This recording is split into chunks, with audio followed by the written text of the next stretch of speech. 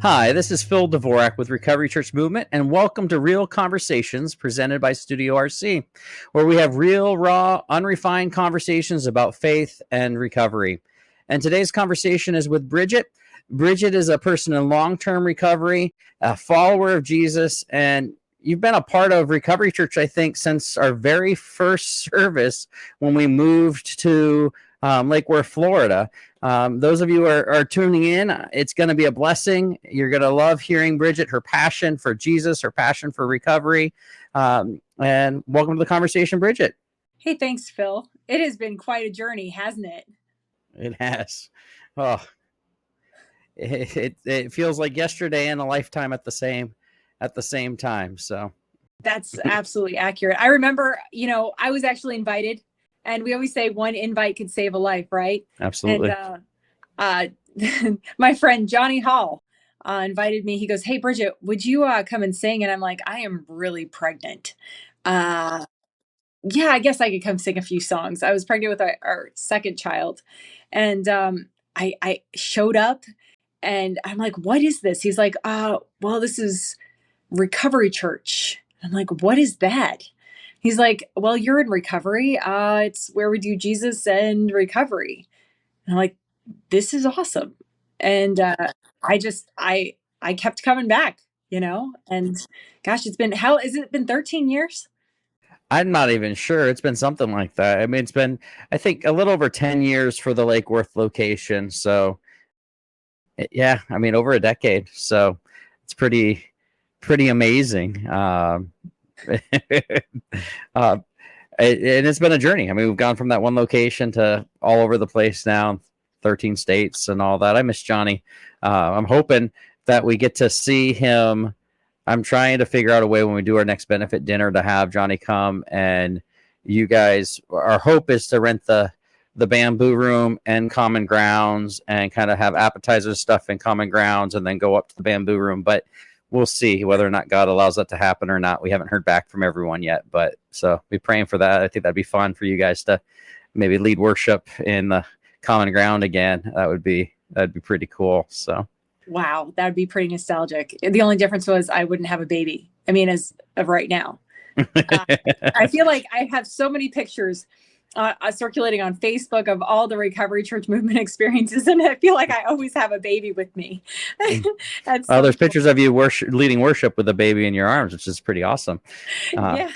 Well, I feel like Recovery Church Movement just became, a family experience for me. I have my church. I go to mass on Sundays. I also go to Journey Church as well. And then being a part of this ministry, it's kind of like my check-in, because in recovery, we're always taught you must enlarge your spiritual life. I love page 86 through 88 in the big book. And it says, be quick to see where religious people are right and make use of what they offer. And, I remember being in early recovery and just resenting people of religion. And I realized, it wasn't that I resented religion. I resented people's perspectives and how they practiced it. So it was always, I just couldn't stand people's perspectives and how they practiced their faith or religion. And that was a huge turning point for me once I realized I could make my faith my own no matter what.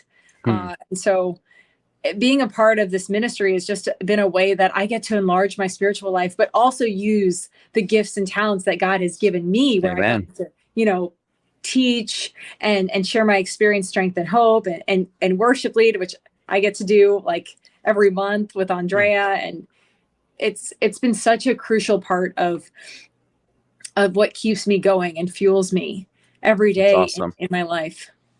Yeah. That's awesome. And it's often, sometimes we call you the Catholic Christian. And I know for my Protestant listeners, some of them are like, what the heck? Kind of that they might not understand some of that. And can you just share, like, part of Recovery Church, we try to focus on Christ and Him crucified. We try to focus on what unites us rather than what divides us. And yes, in the Protestant faith, there's tons of different doctrines and tons of different beliefs that are out there. And I would say some of the groups that are quote unquote Protestant, I would be further away in some of their beliefs than we are, even though, sometimes for Protestants, they're like, those Catholics, or Catholics the same Sure. thing at times. How has Exactly. that been for you, being a part of Recovery Church, being from a Catholic background and heritage, and still coming into this, in some ways, a lot of people who are from that Protestant background?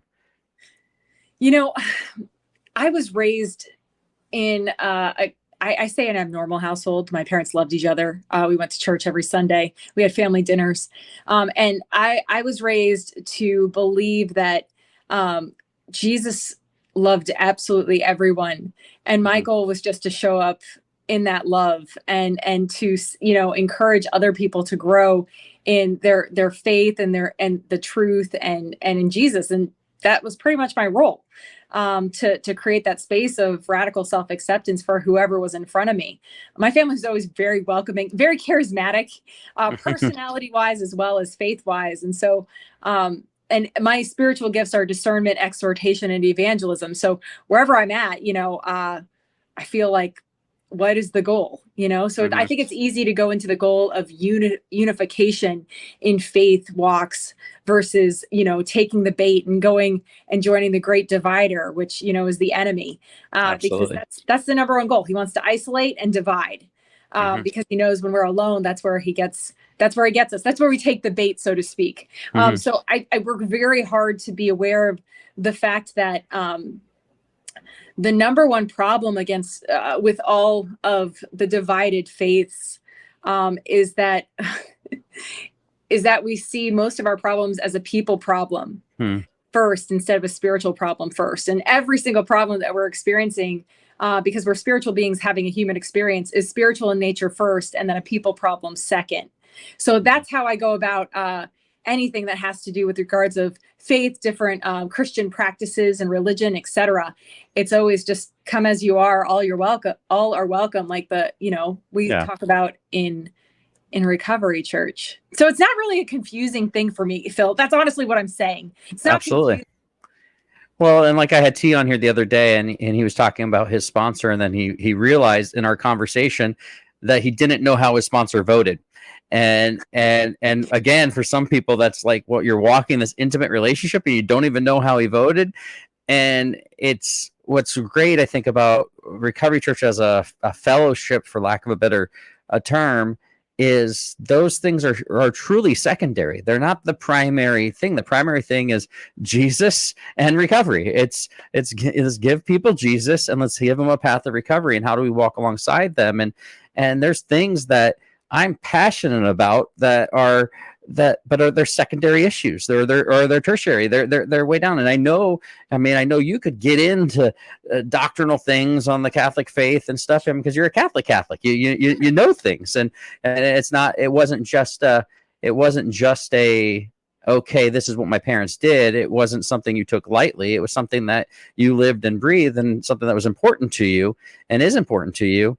But that's not what it's not been the focus or the importance of our relationship. We've been, as a community, able to walk through things and along things that have matter, that have meaning, versus those things we can they're good, but they're just not the focus. Well, exactly. It's so important to put things into perspective. And, as alcoholics, we have a disease of perception, right? And then getting into Mm-hmm. recovery, we start to heal that perspective, through the 12 steps and then through Jesus and sponsorship. I mean, I've had so many different sponsors throughout the years, 17 years. And I had a sponsor who was completely the opposite of the spectrum, politically, religiously, but she practiced a phenomenal recovery. And then now I have a sponsor who's more in alignment with me. But it's just all across the board. It's the question always has to be, what is the goal? What is the goal of our time together? What is the goal of the ministry? And I love John Maxwell's quote. He's often quoted. He says, for God so loved the world that he gave his only son, that whoever believes in him, not however, Mm-hmm. believes in him will have eternal life. I just love how he made that distinction. It's not about however, it's about whoever believes in him will have Absolutely. eternal life. So just bring it back to the goal. Always, always, Well, always. on that statement there, I love RC Palm Coast. They have shirts and bracelets that are, they use the KJV, but the whosoever, and I'm a whosoever, and is their little slogan. It's like, it's not this elite class. It's not this religious. You got it all right. No, he came for the whosoever. He came for all of us. And so it's just a beautiful idea that, sitting in a meeting, sitting in a recovery church, you can have such diversity, but you're united on a purpose. You're united on a solution. And it's just beautiful that those other things don't become the primary thing, that we keep Christ at the center. So. Exactly. And there's no limit to who I share this with. I was in Zoom Business Networking yesterday, and I actually shared with people, I'm like, you've never heard of Recovery Church movement. And I meet people internationally who are in recovery. Yep. and constantly sharing people, blurring the lines between life and business, because they are blurred, because we're all human beings, right? And I know you do that. I went to a meeting I went to an AA meeting on a Thursday night, and somebody asked me if wait, your recovery church, do you know Bridget? They didn't know my role with recovery church, but they had heard about recovery church through you. So it was pretty cool. And they were at some other meeting, probably Oasis or somewhere else, I don't know. And they ran into you, and then they were chairing a meeting that I went to, because I try to escape into little meetings where no one knows me, and and it was kind of fun that they still knew Recovery Church, but they knew it through Bridget. So they're like, "Who are you?" They're like, "Who are you?" You're like, I was like, "Yes." I'm the founder. No, I was like, "Yes, awesome." I went to another AA meeting, and I show up, and it's a morning AA meeting, and it's very Jesus centric. The group conscious there has become very focused on, they read from My Utmost for His Highest and that kind of stuff, and most of them are believers in that AA meeting. And I show up to the meeting, and I noticed sitting in everyone's chair were flyers about a recovery church. And I was like, and then the chair of the meeting got done with the meeting and he's like, now it's time for non AA announcements. Yeah. And he goes, "Hey, I just want to let everyone know I went down to this thing, and it was really pretty cool, and I just want to let everyone know about it." And I was like, "Man, I didn't need to be here. This is pretty cool." So See, that's awesome. And because the word is spreading, I actually think I have a 30-second pitch for Recovery Church. I literally go, people are like, "Any non-AA related announcements?" I'm like, my name's Bridget. I'm an alcoholic, and I don't get to say I'm a believer typically in normal AA meetings, but I said, Recovery Church movement is a bridge ministry for addicts and alcoholics to experience the Word of God and the 12 steps. And we do 30-minute worship set, a 30-minute sermon that's 12 steps and biblically based, and then a 20-minute meeting where you can say the name of Jesus comfortably. And so that's my 10-second elevator pitch for Recovery Church. That's awesome. And how is your, do you get pushback from that, or what's the response typically? People come up to me after the meeting. I actually have never gotten pushback about it, because it's, 90% of your communication is nonverbal. Yep. And so if you're communicating things through love and just saying like, "Hey, I'm just getting the word out," and that's what we're called to do. As Christians, as Catholics, we're called to be that. And so I'm just sharing information. So if anyone came at me or said like, "Oh, this is non-AA," I said, "Well, I spoke during the non-AA related announcements." Yeah. And then you just pause with a purpose. Well, and that's been my experience. Like, I think Satan's very good of deceiving people and helping people to have excuses of why they won't do this kind of things. Now, I'm not saying, like, I have brought up the name of Jesus in a meeting, and you have people can recoil sometimes, and I get that.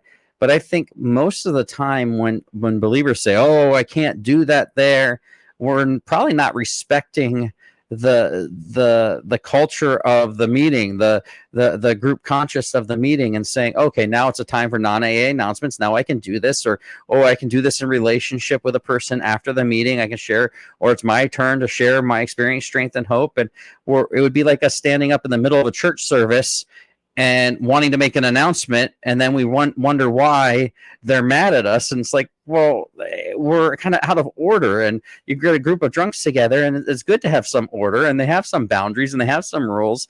And sometimes I think believers are actually deceived by Satan. And it's like, man, I go to meetings. I went to that same meeting I was just sharing about. And at the end of the meeting, there were a couple girls there who were at a halfway house down the road from one of our recovery churches. And I got them set up with Beth, who just loves Recovery Church. And she picked them up and brought them to Recovery Church. And we had a little bonfire, and they were loving it, and they were excited about it. And it was like, they weren't against me. It was like I was received. They were people of peace. I was well received. Now, if I went in there and I tried to stand up and be the sage on the stage and say, you're all going to hell if you don't come to Jesus, they probably would say, get out of here. Don't bring that Jesus stuff in here, because it wasn't in love and in relationship. It wasn't a proper order of things. Well, yeah, because typically they're really saying they don't want that kind of energy. Mm-hmm. It's really not about the information at that point. When you present information in love, and from a standpoint of like, listen, you can have this if this is something you want, and be able to, so much confidence is presented in the pause. I talk about the power in the pause all the time. Just presenting information and saying like, this is something that you can have if you want it. It gets people curious, and I always pray at the same time. If I'm pausing, it's typically I can pray about that situation. And I do like to see, I'm just going to share this. The truth is, I love to see if I do say the name of Jesus in an AA meeting. I do like to watch the energy shift, for sure. Maybe that's just, I don't know. I do. You notice it shifts, right? Oh, absolutely. I was in a meeting, and it was just so funny. This meeting had gone away really from the origins of AA. This meeting had really started to go in a different direction. Mm-hmm. It was an AA meeting, and every time they would read God, they would switch it to higher power, and it was just like, and then they were starting to bash Bill W. When it was to the wives, the chapter to the wives, and I just sat there, and it was so funny because typically in the church world, I'm defending the meetings. I'm defending the program, and trying to explain why this is a good thing, why this is not a bad thing to people who just don't understand. And normally in the rooms, you kind of feel like I'm trying to be the ambassador for Jesus in this place. Well, all of a sudden I'm in the rooms, and I was an ambassador for the rooms. I was an ambassador for Bill. I was feeling defensive about Bill W. I was like, what just happened here? And but you have these cultures. It's a group of people. It's a group of drunks. There's gonna be personalities. But there are times when you bring up it's like there's a movement and in recovery. Especially, and so they create new 12-step fellowships and new things, because there's a movement right now that is trying to almost push the AA is too God-centric, and AA is too open to Jesus. And the reality is there's an opportunity for us as believers to help people get sober, to help them find faith, to grow in their faith. And AA is a ally. AA is a comrade. In their own text, as you quoted from the big book, there is to be quick when religious people have something. It's like let's do and embrace if they have something good for our recovery. Yeah. Oh, absolutely. And once again, it's a spiritual problem first and a people problem second. Mm-hmm. We kind of always switch the two because we take the bait. Right? We're like, look at all these people, they're just making all the wrong decisions. It's like, wait, well, let's back it up here. Am I taking the bait? I even do that with my husband. Sometimes I say something or I don't listen to him. And then I'm like, dang it, I took the bait. I was sitting in fear about something or whatever. And I'm like, oh, I just ran my mouth. I didn't listen to him. And then now he's mad. And now I'm like, I took the bait. Same thing happens in the recovery world. Wherever there are people, Satan's working 24/7 to disrupt and to divide constantly. And so if we're all mindful of that, how different will our interactions and our relationships in the recovery world look like, based on the people who are, at the beginning of trying to figure out, what is God? Do I even believe in him, or what that looks like, to the people who are like sold out for Jesus, right? Mm-hmm. Well, And so, like, as you are walking in your recovery journey, and I know you've had sponsees, I know you've had a sponsor, I know you live this. This is not just it's not just a little piece of your life. It's a big part of who you are and an opportunity of who you are. Um, with have you had the opportunity with your sponsees to ever share your faith? What does that look like?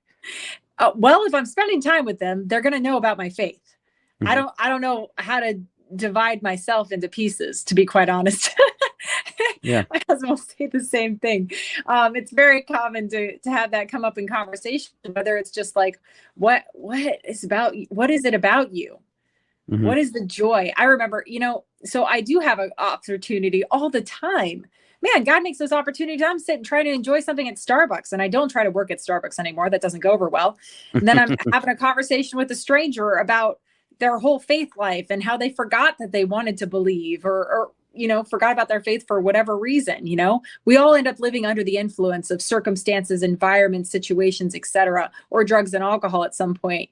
And so it's just I have a lot of opportunity to answer your questions, to share the gospel with people. And I love The Chosen makes it so easy, right? Have you watched the series, The Chosen? I watched a good portion, and now we're so far behind that I have to set aside time and kind of binge and get caught up. So, I mean, It's been really cool to see the testimonials, that people are recording about it. mhm. Because it's like every walk of life, it's like Jesus is speaking through video, like it's, and even the Super Bowl, the Super Bowl, what was the commercial? He Jesus gets knows us. us. He gets us. Yeah, He gets us. Yeah. absolutely incredible. No, and um, again, those are all kind of things that are trying to say, let's keep Jesus at the center. Let's they're not focused, and there's people who whatever they're gonna throw stones at anything, and we're not. That's okay, but yeah, Jesus was accused of being a glutton and a sinner and everything else, and a drunkard, and we're going to have that kind of stuff. I'm not meaning that, but if we can keep Christ and Him crucified at the center of what we're doing, and I love what you were saying is, how do you divide yourself? Well, I think a lot of people, that's what's beautiful about Recovery Church, is because they have felt divided. They felt at times that they, for whatever reason, like I had someone just on Monday night, I was up at Recovery Church Space Coast, and someone was saying, well, I didn't know I could do this. Like, I didn't know I was in an NA. I'm in NA. I'm sponsoring people, and I didn't know I could share about Jesus to my sponsee. I was like, well, who told you you can't? Like, you're gonna, yeah, Jesus is a big part of your life. Yeah, okay. Well, you talk to them about your work. You talk to them about marriage. You talk to them about everything. Well, who's telling you can't tell them about your faith? There's nothing in any of the traditions that's telling you can't do this. In fact, it's the opposite. Share your experience, strength, and hopes. Tell them how you did this. Yes, we get trapped in, almost like a religion in the box mentality. And sometimes I say God in the box mentality, where we become convinced that when we share our faith, it's sharing something that's completely unrelated to us and who we are. And that's a lie from the enemy. Because like you're saying, Phil, it's sharing your experience, strength, and hope. And that's how people are going to see what it looks like to bring faith alive. They're Yeah. going to see what it looks like to be lived. And that's pretty much it. Well, the recovery journey is a journey. You say, "Come, follow me." It is. If you're really going to be sponsoring someone, they're going to be with you at times, and so they're going to see you, the good, the bad, the ugly, and they're going to see it and make decisions if they want what you have, and so if we try to hide things or not engage with a part of our life that's so important, it's disingenuous. It's not real, and they're going to. But instead, man, yeah, come with me to mass, come with me to church on Sunday, come with me to Recovery Church, and it's this. And they're gonna see, okay, that is her higher power. Okay, can you tell me more about this God? And I have known more people come to faith in Jesus through the rooms of recovery then in many churches that I was a part of for years, I see people, and rarely do I see people now. There is obviously other things that are in the rooms. I don't mean this, but typically most people end up finding Jesus. Most people, when they're really working their program, Yes. it's like they end up having an encounter with Jesus. Absolutely. And I see it all the time too, Phil, because what recovery does for people is it creates a space where they can really truly see themselves, and through, the eyes of a sponsor, through the radical self-acceptance of sponsorship, and that's an amazing gift. You see yourself as a man among men, so to speak, and you start to see God working in your life, and you have spiritual awakenings all the time. I know I do. I changed my description of what a spiritual awakening was. It's not, it's being sober. It's like waking up grateful, right? It's having a car that works, food to eat, clothes to wear. Like spiritual awakenings, I have them all the time.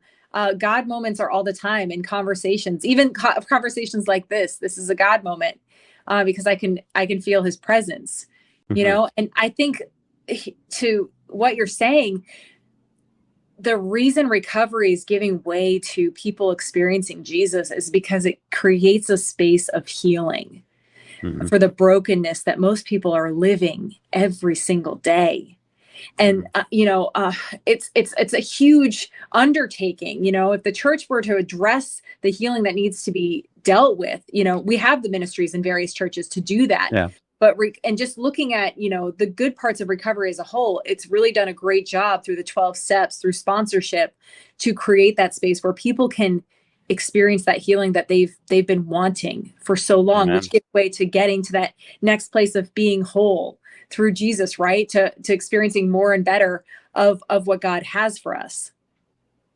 Well, and I know, like, even in your recovery journey, it wasn't all, just all uphill. That, sometimes people think it's going to be rainbows and unicorns and all this pink cloud is going to be great.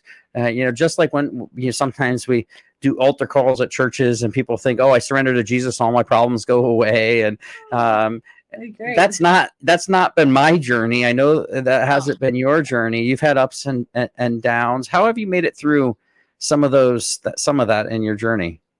Oh, well, I am remarried, so I got divorced. I got Zoom divorced, actually. That's an interesting experience. I had 3. You said a Zoom divorce? I got Zoom divorce. And actually, I met my husband in Zoom business networking. That's a fun story, not for another time. But it's funny how God works. I launched my business during COVID. I would never have done that, which, by the way, I see the reinvention evolution. Yes. But no, it's been, family struggles, money struggles, navigating divorces. It could become an identity crisis. And, you were there with me when I was going through that whole process. And, I'm a beautiful mess because I'm a human being, trying to do the next right thing. But I will say this, what has kept me completely faithful to living a life of recovery and then just continually seeking God no matter what, is knowing the 5 components of recovery and sticking close to my faith, regardless of what the circumstances or environment or situation is presenting.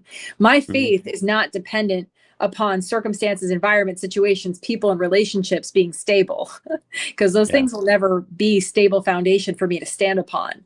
Absolutely. I stick to the 12 steps, go to meetings, have a sponsor, go to church, continue to enlarge my spiritual life, continue to have those people that I trust to help me to explore what's going on for me versus exploit what's going on for me. And, be in a place of just open-mindedness and willingness to do the next right thing, even if I don't want to.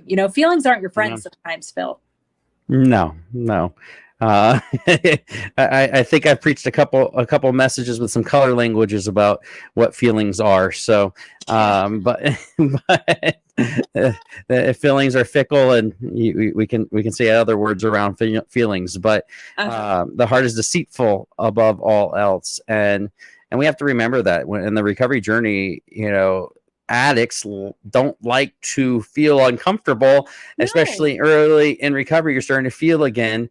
And man, you wanted everything to change that. Well, be careful. You're seeking that relationship, you're seeking that whatever it is, you might just be switching seats on the Titanic or switching highs, and it's like, come on, slow down. Let's let your biochemistry, your neurochemistry, let's let your emotions, your spiritual, everything calm down, get centered, get focused on Jesus. Let him be the rock. Let him be the foundation of everything that's built on.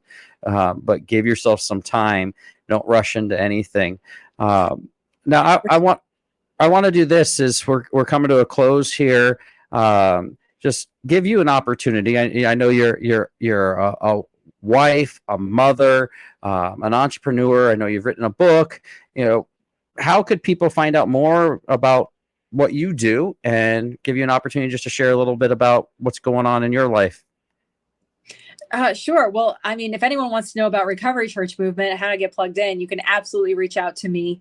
I'm on social media, Facebook, LinkedIn, Bridget Hom. If anyone is wanting to know more about business coaching, life coaching, etc., you could just go to bridgethom.me, and that takes you directly to my calendar. And we could do a 30-minute coffee chat or direction session, whichever you prefer. And I'll give you something that will help you get on the right track. Awesome. Well, Bridget, I thank you for how you love well. I thank you for your enthusiasm, your commitment, your passion, and your loyalty. I mean, you've been there, like I said, from the very first service down in downtown Lake Worth, and it has been a ride. I mean, we're at 42 of these little churches and another whatever in the pipeline.